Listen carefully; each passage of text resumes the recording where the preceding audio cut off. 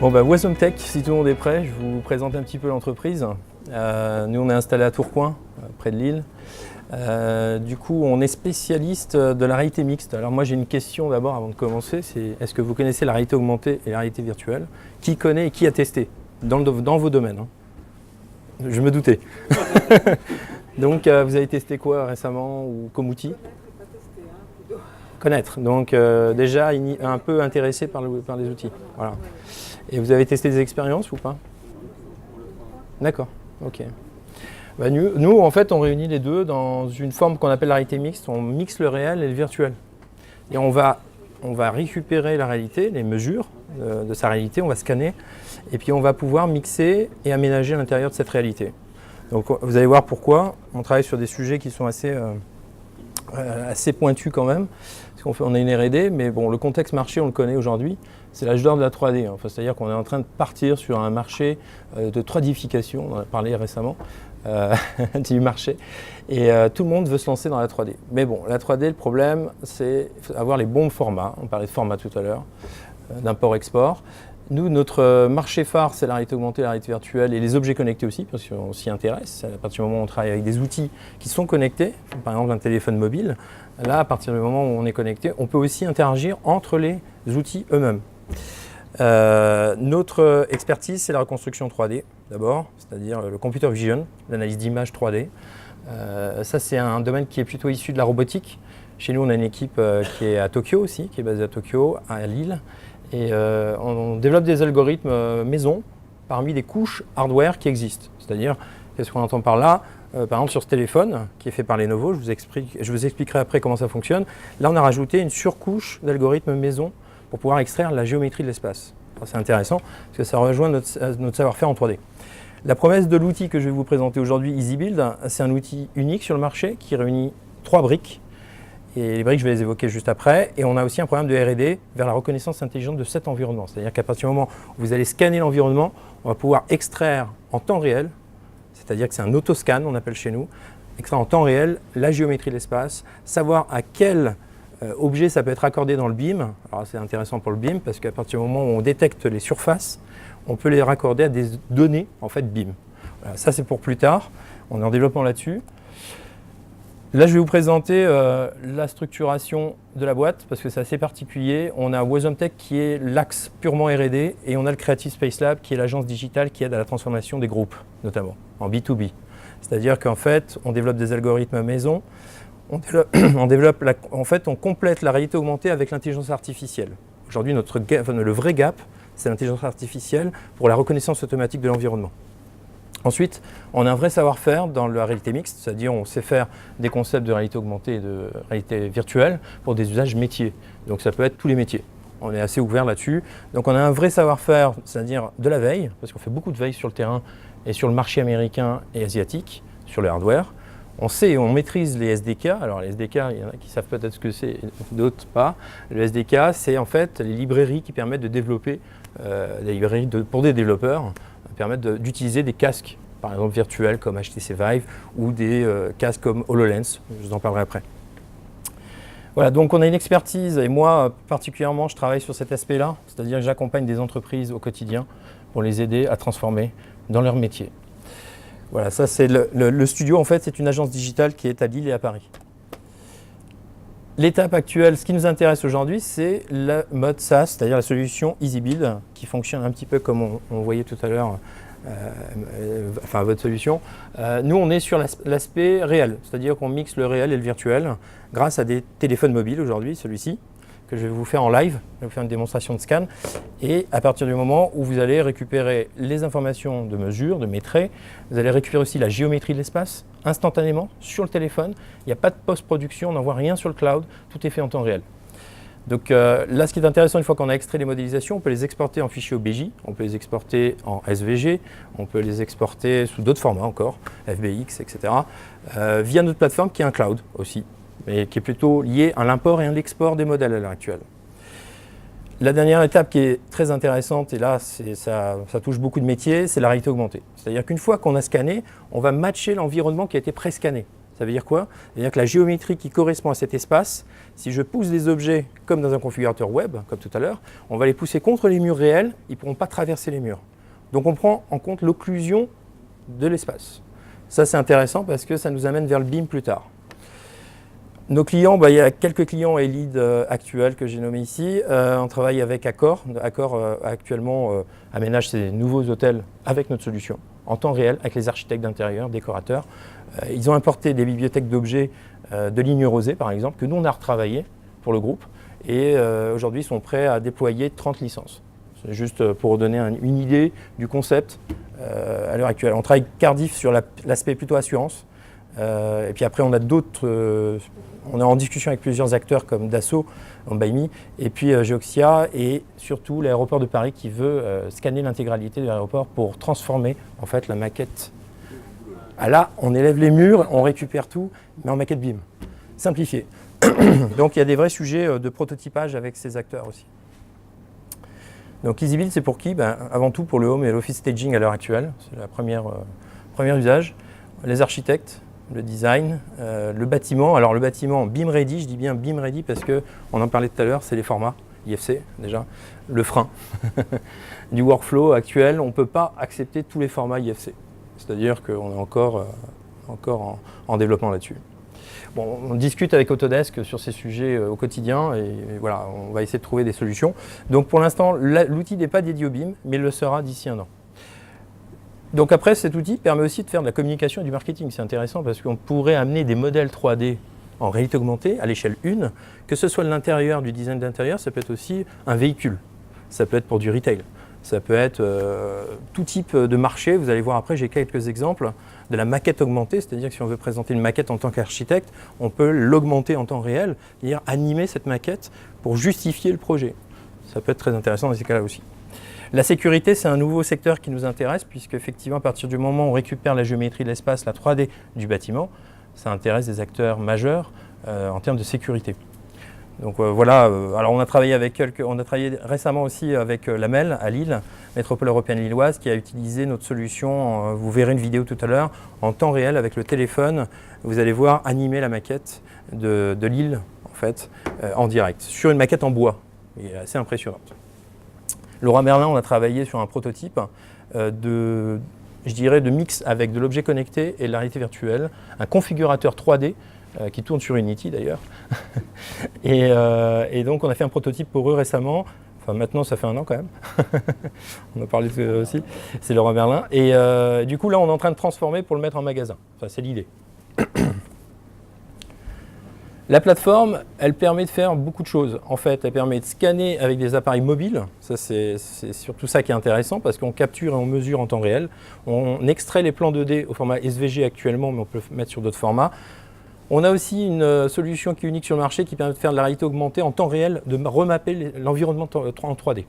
Donc ça, c'est intéressant parce qu'on récupère la géométrie et donc on remappe cet environnement en 3D temps réel. C'est de la réalité augmentée sans marqueur parce qu'il y en a certains qui ont peut-être utilisé la réalité augmentée sur un papier augmenté, donc sur un marqueur, et nous là on travaille sans marqueur, on utilise l'environnement. Le configurateur 3D temps réel, ça veut dire qu'en fait vous allez reconfigurer cet espace avec le client, avec vous, en temps réel. C'est-à-dire vous importez votre bibliothèque au préalable dans la plateforme, sur le cloud, et vous allez pouvoir vous-même projeter votre client, échanger à la volée, en temps réel. La projection virtuelle est intéressante, c'est plutôt à l'échelle 1, donc c'est-à-dire que vous allez avoir la modélisation complète du bâtiment et vous allez vous balader dans ce nouvel environnement qui match en fait avec la maquette du bâtiment. Donc ça c'est plutôt du BIM, c'est plus un lien avec le BIM. Et là actuellement on est en train de développer la partie devis et stock disponible en temps réel. Ça veut dire que si je place des objets qui sont mes objets, donc ma bibliothèque d'objets, il y a aussi le pricing avec, les remises possibles, etc. Et tout ça en 3D temps réel. C'est-à-dire que si je place un objet dans l'espace, en réalité augmentée, le client va avoir son devis en temps réel. Ça va calculer en fait le total au moment où on dépose les objets et les textures, le mètre linéaire de parquet, des choses comme ça, on pourrait le faire. L'impression 3D, c'est la suite pour plus tard. On prévoit sur cette plateforme de pouvoir exporter des modélisations 3D sur de l'impression, parce que c'est la stratégie du BTP et surtout du BIM, c'est d'aller vers l'impression 3D. Ce qui est intéressant sur notre plateforme, c'est qu'on est modulaire et pas monotechnologique en termes de hardware, c'est-à-dire qu'on est sur un hardware aujourd'hui qui tourne sur ce type, c'est la première plateforme qui tourne sur Tango, Donc Tango, c'est le téléphone qui est ici. Je vais vous montrer maintenant de quoi il s'agit. Parce que, en fait, ça a commencé sur un projet qui est Google Tango. Vous voyez, c'est une tablette que j'ai ici aussi. Et après, on est passé au téléphone, Lenovo Phab 2 Pro. Donc, si vous voulez, le contexte marché est en train de changer. C'est-à-dire qu'on a des téléphones mobiles qui sont équipés de capteurs photo. Et demain, on va passer à des capteurs infrarouges ici, par exemple. Là, on est sur de l'infrarouge, couplé à un appareil photo. C'est-à-dire qu'on va arriver aussi à des casques qui sont ouverts, qui permettent de faire l'hologramme. Donc, de projeter au client, et c'est là où je reviens avec le process qu'on est en train de mettre en place. On passe du téléphone à HoloLens, c'est-à-dire l'architecte peut utiliser le téléphone et le client peut se projeter dans son intérieur en temps réel. Et là, il se balade et il va dire « Ah non, non, moi j'aime pas cette texture au sol, je voudrais qu'on change ça tout de suite » et il le fait en direct sur son téléphone, sur son configurateur. Donc ça, c'est de la synchro et c'est de l'objet connecté finalement. C'est les protocoles qu'on utilise pour envoyer les flux. Et on est aussi compatible très prochainement avec Apple, parce qu'Apple a commencé à donner des infos là-dessus au mois de juin. Et on développe la même solution sur AirKit notamment. Et on travaille aussi déjà depuis longtemps avec un capteur qu'on rajoute sur un iPad qui permet de scanner l'environnement. Alors voilà, donc on a fait un partenariat avec Lenovo récemment, parce qu'on a gagné le prix Lenovo Google l'année dernière, Vivatech. Vivatechnologie, c'est un salon à Paris qui est sur les nouvelles technologies pour les startups. Et on a présenté notre plateforme il y a 1 an. Et du coup, ça a été sélectionné par Lenovo, la marque, et on est parti en Chine travailler avec eux sur ce concept. Pardon, il y a du son. Donc ça, c'est le teaser en fait du téléphone qui permet de faire de la réalité augmentée. Donc évidemment, on imagine les usages. Hein. Ça parle avec l'image. Donc là, en fait, on voit qu'il y a de l'occlusion. C'est-à-dire, vous voyez, ici, on a une occlusion réelle avec l'environnement. On a un chat, effectivement, c'est le principe. Hein. Tout à l'heure, je parlais des murs, mais on peut parler aussi des objets. On va avoir le chat qui va monter sur le canapé. Et donc ça, c'est le principe de la réalité mixte, en fait. C'est ce qui va arriver sur le marché. C'est qu'on va utiliser l'environnement complètement, on va le scanner, on va le pré-scanner et on va pouvoir l'utiliser pour modifier les choses en temps réel. Et actionner aussi, faire des actions même dans le jeu vidéo, parce que là, clairement, le jeu vidéo va être impacté. Donc le principe d'EasyBuild, c'est en anglais, je suis désolé, c'est en fait un capteur 3D, donc on voit éclater ici, hein, donc infrarouge couplé à un appareil photo dans lequel on va détecter des points dans l'environnement. En fait, concrètement, ça c'est technique. Hein. Ça permet de reconnaître l'environnement à partir de son nuage de points, comme on le ferait avec un laser, Faro, Rigol, enfin tous les lasers classiques. Sauf que là, on a beaucoup moins de points. Et c'est très intéressant pour nous parce qu'on se recale dans la réalité à partir de ces points. Ça, c'est le principe de base. C'est intéressant parce que nous, on l'utilise, c'est ce qu'on appelle le SLAM en fait, en termes de technique. Ça permet en fait de se relocaliser à l'intérieur d'un bâtiment aussi. Ce qui peut être intéressant pour caler une maquette BIM dans l'environnement réel. C'est le matching entre le virtuel et le réel. Donc la technologie Google Tango, bah, c'est ça, c'est créer une carte 3D de l'environnement, hein, globalement d'un bâtiment avec ses mesures. Et ça intègre aussi un GPS unique sur le marché, c'est le seul téléphone au monde qui est équipé d'un GPS indoor.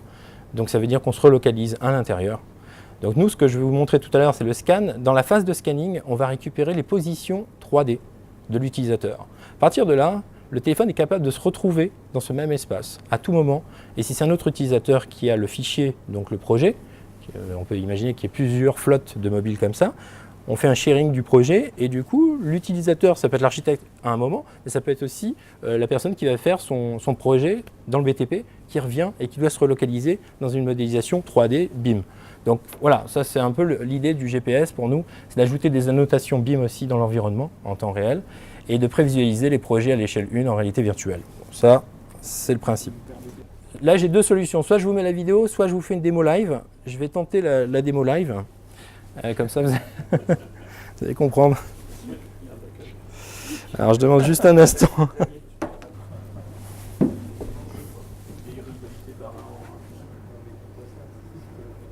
Voilà. Gentiment. Voilà. Parfait. Donc là, comment ça fonctionne? Assez simplement. Donc c'est un outil qui a voulu être à vocation très simple, c'est clair, on veut que ce soit utilisable par tous. C'est publié sur le store déjà, sur Google Play Store, donc on peut l'utiliser si on a le téléphone, on peut le faire en tant qu'artisan même, on peut l'utiliser au quotidien. Donc du coup, là je vais vous montrer comment faire un projet rapide. Je vais faire un projet dans lequel je vais définir donc je vais mettre mon titre du projet. Je vais aller très vite. Je vais faire mon premier scan. Donc je peux faire du multi-room, ce qu'on appelle. Je peux faire un scan pour une première pièce et ainsi de suite. Ça rassemble ensuite la modélisation sur le cloud pour faire le multi-room. Mais si je fais une pièce, je l'ai tout de suite l'OBJ. Voilà, donc clairement on sort un OBJ et c'est fait. Donc là ce que je vais faire, c'est je vais scanner dans la première étape. Ensuite je vous montrerai le build. Alors la première étape est importante parce que c'est là où on va donner à l'appareil des informations de positionnement 3D dans l'espace. En fait, ce qu'il faut savoir quand je fais ça, c'est que l'air de rien, vous allez voir, je vais faire le tour.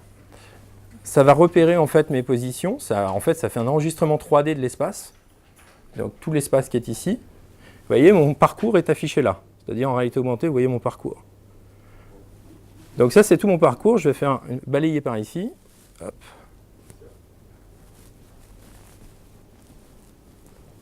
Et je vais boucler. Bon, je fais très vite. Normalement, il faut bien le faire. Il faut faire le tour de la pièce. Voilà. Donc là, ça me permet d'avoir une trace, une identité de la pièce. Ça, c'est l'identité de la pièce. Ce n'est pas du scan. Ça veut dire qu'on utilise les propriétés de la technologie Tango. Là, à l'heure actuelle, on stocke ce fichier dans le cloud. Donc ça nous permet ensuite de partager ce projet. Et là, on va prendre les mesures. C'est la deuxième étape. C'est je place des marqueurs, en fait, en réalité augmentée, on voit sur le sol. Donc on a un process qui est affiché ici, qu'il faut suivre. Je vais mettre le plafond. Hop. Et puis je vais placer ensuite mes marqueurs sur chacun des murs. Alors je vais faire très simple. Je vais prendre le mur du fond là. Hop. Vous voyez là, ça commence à construire en fait mon plan en temps réel, en réalité augmentée. Donc il va tirer les lignes et je vais fermer mon plan par là-bas. On va faire vite fait. Hop. Tac. Je continue ma construction et je fais le tour. Oh, c'est vite fait. Donc je vais faire plusieurs photos qui sont stockées sur le cloud. Je peux faire des rafales de photos. Je vais pouvoir bloquer cette pièce, c'est-à-dire que je peux continuer à faire d'autres scans dans les pièces suivantes. Et je valide à la fin et j'ai mon maîtrise instantanément qui est calculé par là-bas par exemple. Vous voyez, voilà. Donc là j'ai le maîtrise, tout ça en temps réel en fait. Il y a des surfaces des murs également ? Il y a des surfaces, non on ne les a pas là sur cette démo-là, mais il y a effectivement la possibilité d'avoir surface des murs à sélectionner. Ah oui, on voit les maîtrises. Ouais, c'est les maîtrises, la hauteur, ça c'est important d'avoir la hauteur, et bon, les bases sont là. Ça, c'est en temps réel. Du coup, ce qui est intéressant, c'est que je vais ajouter mes portes et mes fenêtres, évidemment. Donc je vais ajouter juste le principe. Hop. Je vais placer des points ici. Hop. Hop. Voilà. C'est pour montrer le principe. Je peux mettre une porte. Bon, voilà. Je génère tout de suite mon plan. Il est fait. C'est-à-dire que j'ai mes maîtrises, et je peux avoir mes portes, mes fenêtres, et mon total en mètres carrés. Alors ça, c'est la version plutôt orientée agent immobilier, cette partie-là. Je sauvegarde en appuyant ici le SVG en bas et je peux faire un sharing aussi en photo, en JPEG, etc., en PDF. Et à la fin, j'ai mon modèle 3D, je vais l'exporter en OBJ directement sur le cloud. Voilà, c'est envoyé dans le cloud. Donc le bureau d'études peut récupérer la pièce simplifiée avec les positions des portes et des fenêtres, l'importer sur Revit, l'importer sur Autodesk, toutes les suites, et le reste Archicad, etc. Donc il n'y a vraiment pas, c'est un gain de temps clair. Enfin, le ROI, il est vite vu là-dessus. Vous gagnez du temps sur le terrain. Voilà. Ensuite, vous allez avoir la deuxième étape qui est très intéressante aussi, c'est le matching de l'environnement. C'est là où on va jouer sur Build. Alors, hop. Je charge mes modèles que j'ai en fait amené une bibliothèque juste avant. Donc là, il va effectivement me dire qu'il doit reconnaître l'environnement. Il l'a reconnu instantanément. Parce qu'il y a une étape de reconnaissance de l'environnement qui avait été faite au moment du scan. Donc voilà, là il va charger mes modèles. Et là, je vais aller chercher une bibliothèque que j'avais faite. Effectivement, ça c'est toujours accord, en quelque sorte, ces modèles. Donc je vais mettre du bureau par exemple ici, hop, en temps réel. Ce qui est intéressant sur la modélisation, c'est qu'en plus, on récupère le sens de la lumière en temps réel. C'est-à-dire qu'effectivement, si la lumière vient d'un... Voilà, le device permet de le faire, le téléphone. C'est aussi une propriété de cette techno, c'est que je peux ajouter effectivement plusieurs informations comme effectivement la contrainte de la lumière qui est importante pour les archis, etc.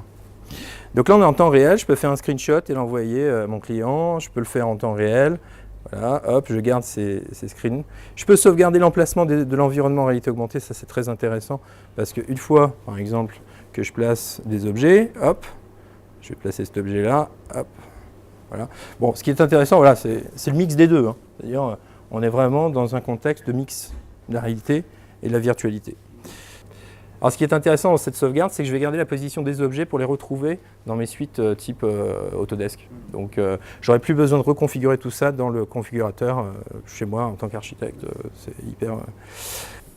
Donc, c'est robuste, comme vous pouvez le voir. Il n'y a jamais eu ce type de réalité augmentée jusque-là, parce que c'est la robuste. Enfin, c'est ça qui est intéressant aussi, c'est que c'est un gap en fait en termes d'usage.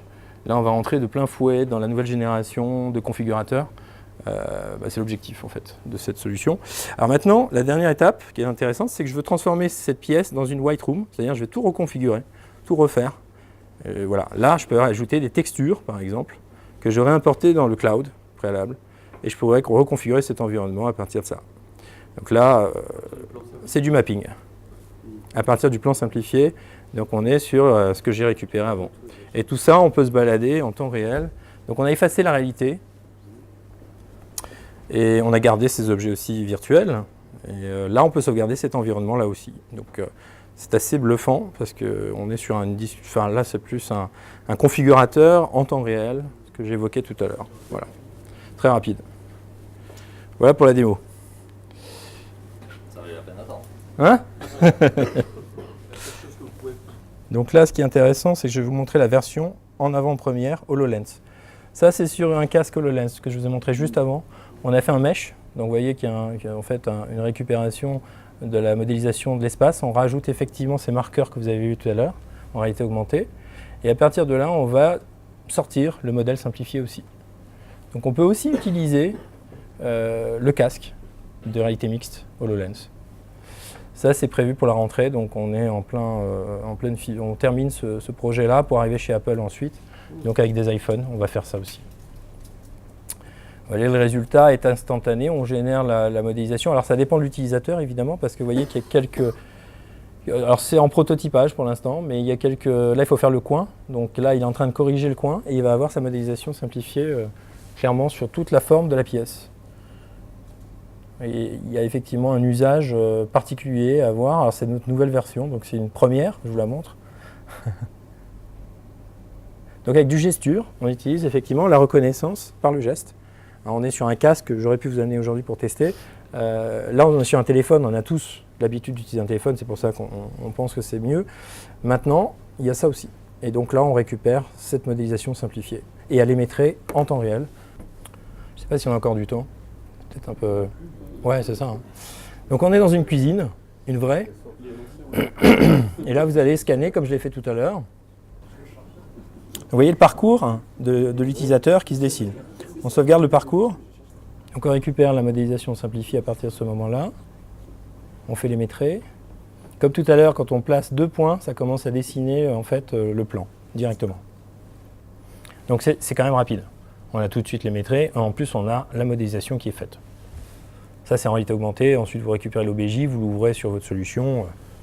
Alors à terme, il faut savoir que cette option manuelle de placer, donc vous avez le plan, hein, vous avez la baie vitrée, vous avez la porte qui est positionnée tout de suite, mais à terme on va balayer avec le téléphone et ça va reconnaître tout seul l'environnement. C'est-à-dire ça va détecter les fenêtres, les portes, les murs, etc. sans placer de marqueur. Ça sera full auto. Segmentation de l'environnement 3D. Donc là, la deuxième étape, vous imaginez bien, c'est le build. Et du coup, on va avoir les objets qui sont des objets de cuisinistes qu'on va placer donc à l'échelle 1 dans la cuisine. Donc là, c'est des modèles qu'on a importés du cuisiniste. Et ça, c'est des modèles bruts, en fait, ceux-là. Ils ne sont pas très poussés en termes de rendu, justement, parce que ça dépend du rendu. On en parlait tout à l'heure. Le rendu, c'est un vrai sujet. Ça, c'est l'OBJ plus du MTL à l'origine qui a été importé sur notre plateforme.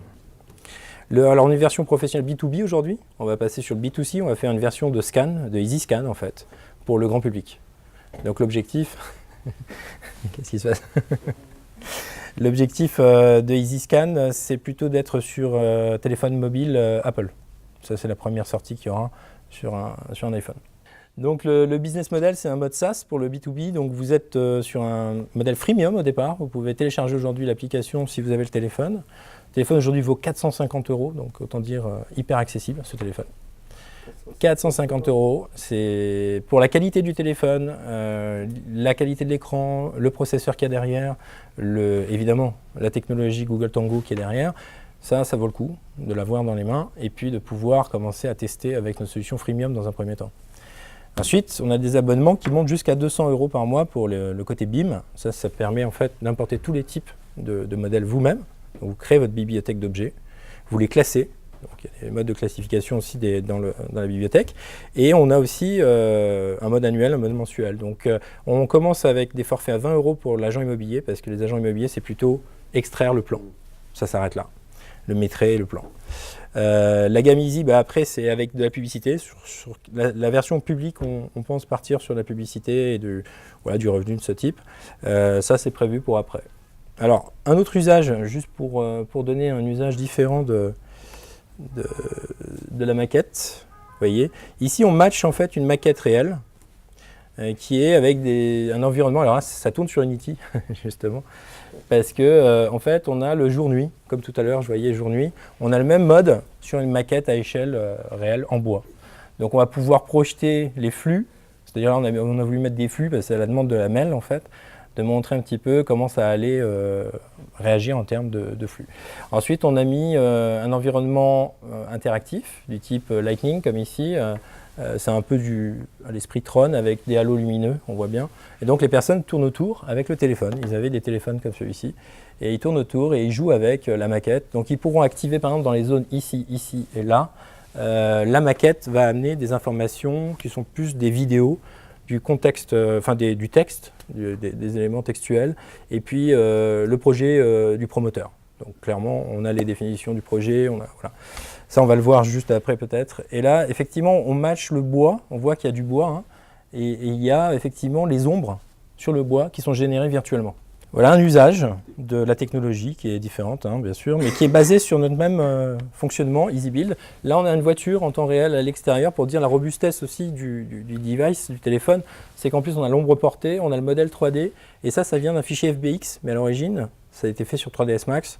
Exporté et on l'a rendu plus ou moins interactif en ajoutant des changements de couleurs. Donc on pense effectivement le développer aussi dans le retail, dans les magasins, amener des expériences nouvelles. Donc c'est des usages, hein, simplement des usages et en 3D temps réel. Donc là notre vision à terme, parce que je vais essayer d'écourter, c'est le deep learning. Nous on travaille vraiment sur l'intelligence artificielle, sur la reconnaissance de la géométrie de l'espace, sur l'extraction effectivement de la segmentation, on parlait de segmentation 3D. Ça c'est notre cœur de métier. En R&D, on développe la capacité de récupérer des modélisations BIM, donc aujourd'hui l'IFC, aussi l'OBJ, du FBX, enfin tous les formats qui sont aujourd'hui existent, on les récupère et on fait de l'apprentissage machine à l'heure actuelle.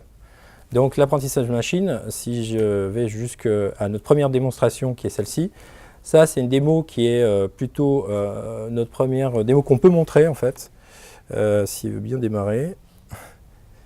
Parce que je crois que la vidéo, elle part pas. Voilà. Donc là, c'est du motion en fait. On montre juste le principe du motion. On est en vidéo temps réel en fait. C'est des images qui sont envoyées. Et voyez le résultat avec un taux de réussite qu'on voit dans les cadres en fait. Ici, on a 80% de taux de réussite de reconnaissance des objets qui sont là. Donc, ils sont nommés. Et ça, c'est les premiers résultats qu'on a eu en janvier. Aujourd'hui, on est plus loin que ça. On arrive à détecter en fait la segmentation de l'objet, c'est-à-dire sa forme. Voilà. Je pense qu'après, je peux vous montrer simplement un teaser de notre agence qui est Creative Space Lab. Alors, est-ce que c'est... Non, ça, c'est pas la bonne. Ça, c'est intéressant parce que, vous voyez, j'en parlais hier. C'était la vidéo qu'on devait voir. C'est les objets connectés. Alors, ça n'a rien à voir avec ce qu'on fait là, mais même, c'est plutôt basé sur la base d'EasyBuild en fait. On est toujours sur EasyBuild. C'est un configurateur 3D d'un côté, sur un écran. Et ici, on place des tags NFC et on va pouvoir activer des textures. Par exemple, ici, c'était des textures. On peut mettre l'avatar. On peut placer... Ça, c'est le Roi Merlin, hein, clairement. C'est un meuble vasque, le Roi Merlin, qui est placé sur le configurateur en temps réel. Et du coup, on place ces objets comme ça, de manière interactive. Alors c'est une autre facette de la solution. Aujourd'hui on le fait à l'échelle 1, mais on peut le faire avec des objets connectés comme celui-là. C'est intéressant parce que évidemment on a des usages en magasin là. On fait revenir le client au magasin. L'objectif étant de déployer ça assez rapidement, on espère. On peut changer les couleurs, hein. On a les textures qui se changent à partir de l'objet. et tout ceci en temps réel. Voilà, je pense que j'ai fait un tour. Ensuite, on a été, je le disais tout à l'heure, vainqueur à Vivatech l'année dernière avec Google Tango et j'ai fini.